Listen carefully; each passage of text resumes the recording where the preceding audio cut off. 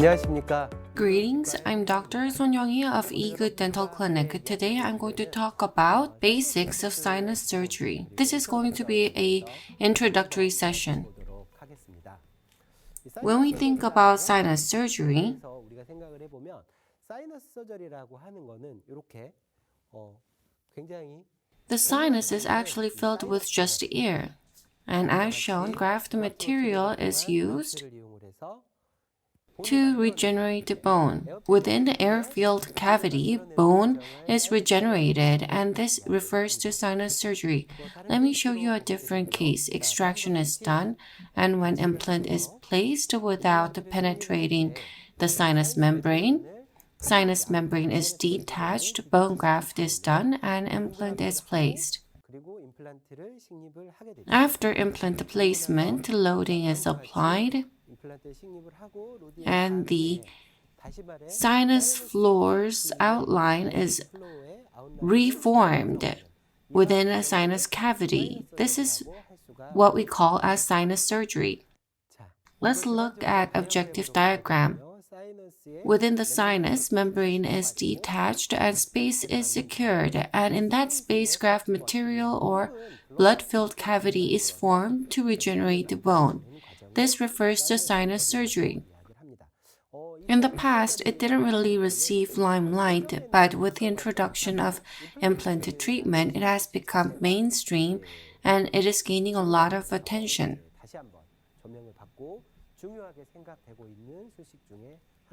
In the past, when there was a sinusitis, sinus surgery was the only option to treat these symptoms. In 1800s, Caldwell and Luke introduced the surgical technique, and in the early days, Caldwell-Luke operation was performed. Antrostomy type of sinus surgery was performed only. With the introduction of implant treatment,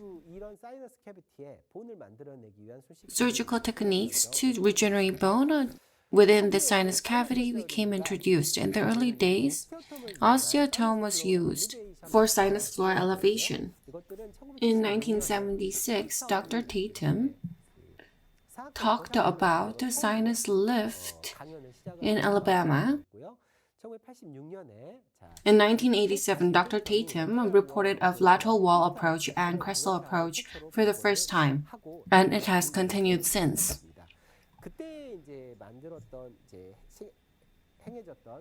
At the time osteotome was used, bone spreading or sinus floor elevation was performed. In 1980, Dr. Boyne introduced a lateral window osteotomy technique and talked about how to do graft. In other words, he announced that trapdoor osteotomy, and many advancements have been made since. In 1994, Dr. Summers announced a Summers osteotome technique. Up until then, ridge expansion osteotomy was performed, but since then, sinus floor was fractured to elevate the sinus floor. Bone-added osteotome sinus floor elevation was introduced.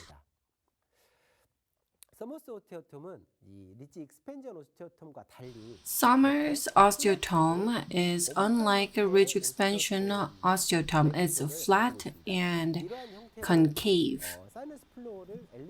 Sinus floor elevation or green stick fracture was performed. It's more favorable for that. Concave type of osteotome type is observed here. The effect you can get with this is that you can do bone elevation and bone compaction. So two birds in one stone.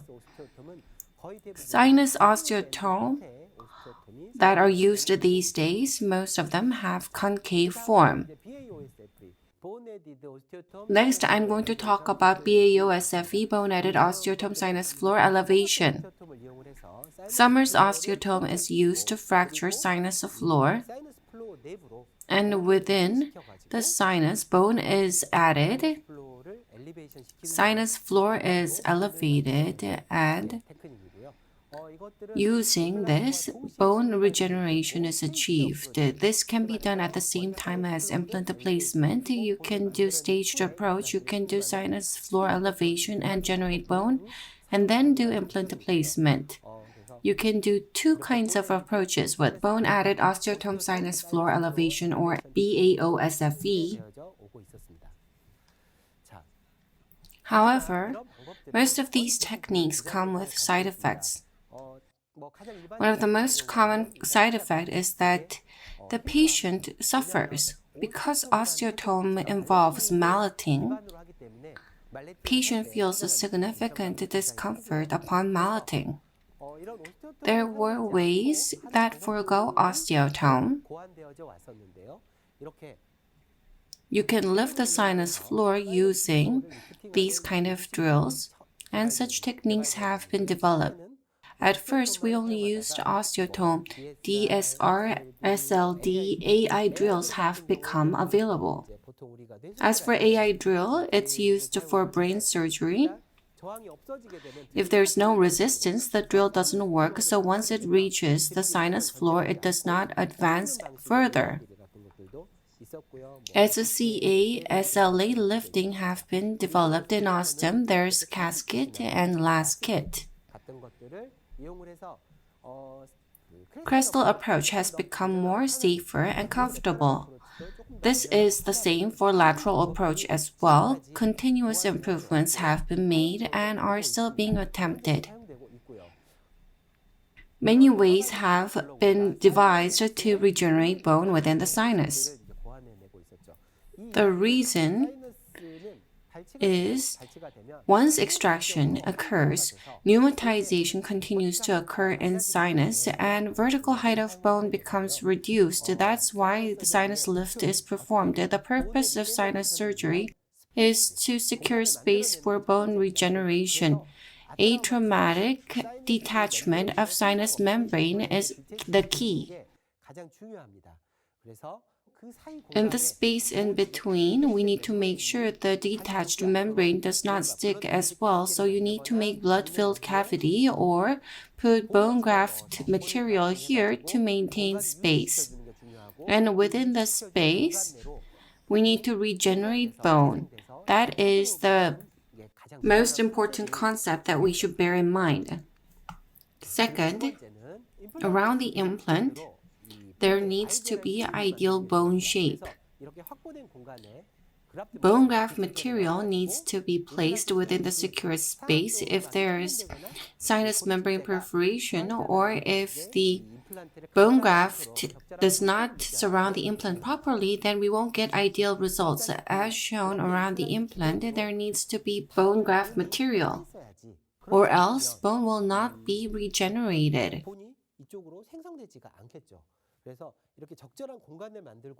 Appropriate space should be secured, and around that there should be, when you look at the CT, graft materials to get bone regeneration around the implant.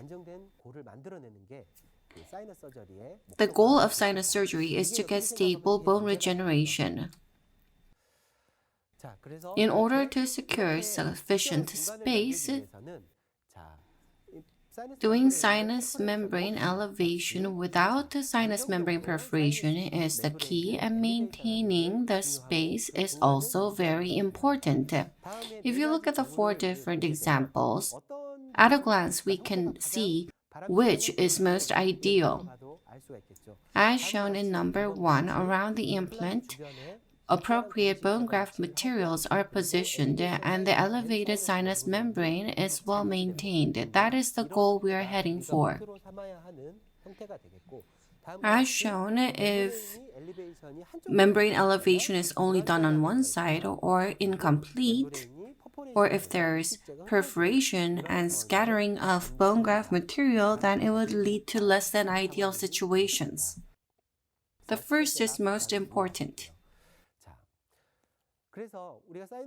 When we do sinus surgery, there are many precautions that we should take. The first precaution is that we need to avoid sinus membrane perforation.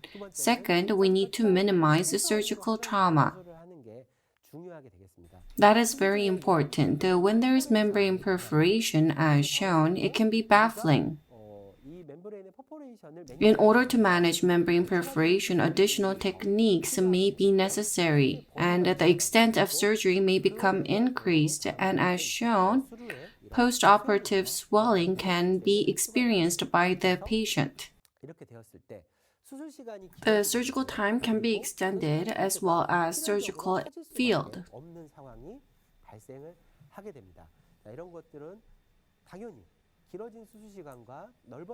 Extended surgical time and surgical field can increase the possibility of post-op side effects. We need to make measures to prevent these. As mentioned, sinus surgery can be divided into largely two different techniques. First is crestal approach and second the lateral approach.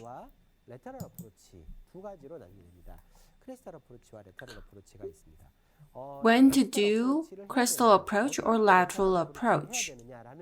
There's no specific criteria, however, in terms of crestal approach and lateral approach, we look at the residual bone height in determining which to perform. When to do which between crestal and lateral approach? Using residual bone height is best. In most cases, a crestal approach is used when there's over 4 mm of residual bone, and if there's less than 3 mm of residual bone, lateral approach is done. The amount of bone that needs to be generated can also be used as a criteria. When choosing between crestal approach and lateral approach, the most common way is to use a residual bone height, and you can also consider residual cortical bone thickness. And more than anything else, you need to consider operator's experience. If you can do crestal approach even with less than 4 mm of residual bone, then you should go forward. In general, when we look at the universal criteria, we utilize the residual bone height. The crestal approach is easier than lateral approach, and the surgical site is not extensive, and because of that, healing occurs faster. And that's the pro of crestal approach. If the residual bone amount is 4 to 5 mm, then it would be ideal to use crestal approach. When doing lateral approach, the surgical technique required is higher, and the surgical site is more extensive. Vertical releasing incision is involved, and the sinus window needs to be opened. Therefore, the surgical site is larger and patient discomfort goes up. You need to make your choice appropriately. The biggest issue is this. Crestal approach is very favorable in many ways. However, it has the critical downside of being blind technique. All blind techniques have limitations. You cannot see for yourself whether the sinus floor has been lifted or whether membrane has been torn. There are limitations with blind techniques, so this needs to be considered. By utilizing pre-op CT and other data, we need to look at the sinus floor's irregularity, the sinus floor form, slope, and inclinations should all be considered. And you need to make your choices accordingly. The pros and cons of crestal approach and lateral approach. The advantage for crestal approach is disadvantage for lateral approach, and vice versa.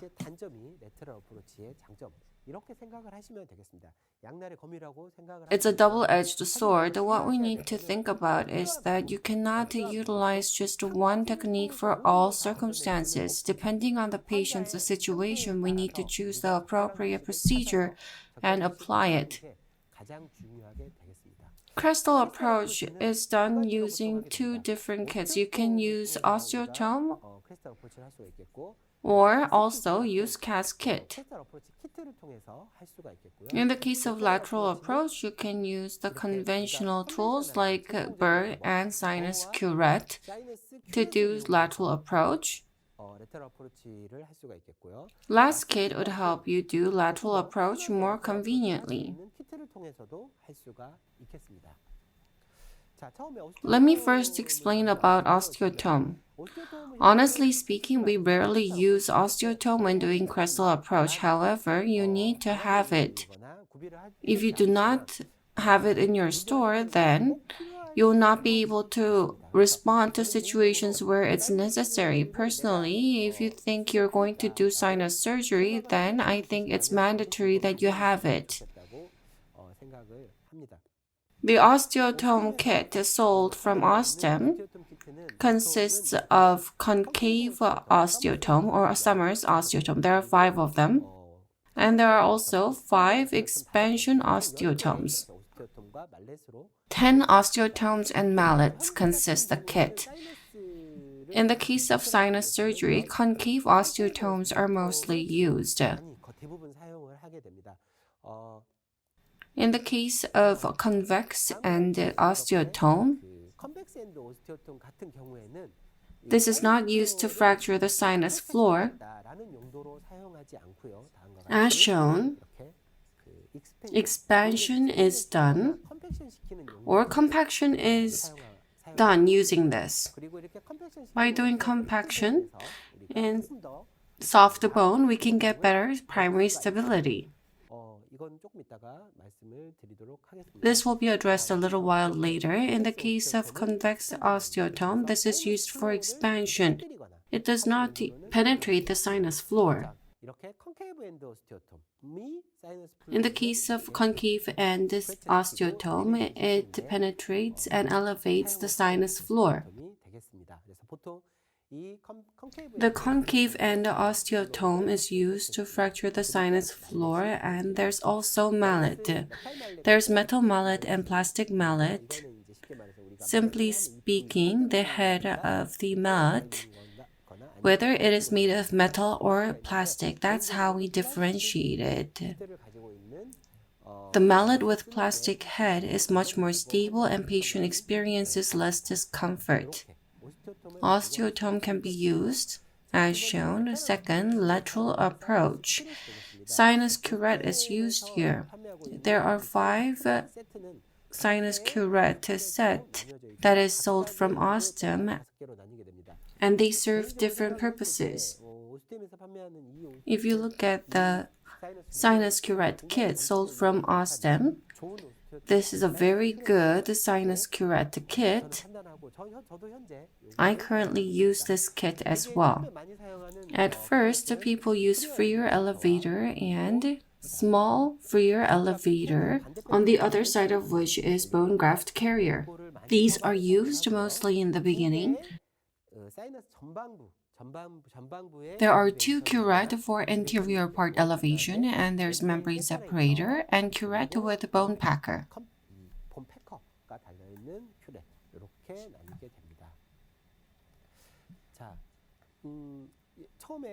Sinus curette for anterior side, it can be divided into short and long. When we do lateral approach, to elevate the anterior part, this curette is used. Depending on the position of the window, the anterior part can be short or long, so that's why there are 2 types. These curettes are used only for elevation of anterior part. Second is membrane separator. In doing lateral approach, out-fracture technique is used to form the lateral approach window. After bone lid is removed, the membrane separator is used to detach the membrane on the window side. On the other side, there's bone plugger. This is to push the bone graft onto the mesial wall or to the anterior side.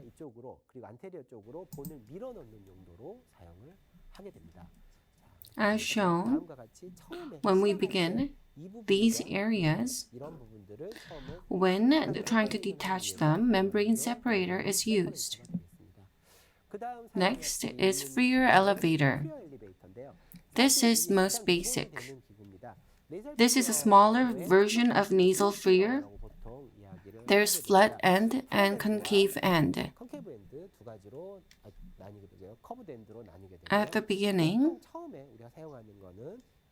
curved end is used to elevate the membrane. As shown, the width is about 5.2 millimeters. Even though this is small freer, when you form window in a small manner, at times that can't go in. In such cases, there's a smaller elevator called membrane elevator. And with that, elevation is performed. This is periosteal elevator part. It's flat. I personally use this when I pack in the graft material. I use it when I pack the bone graft material in.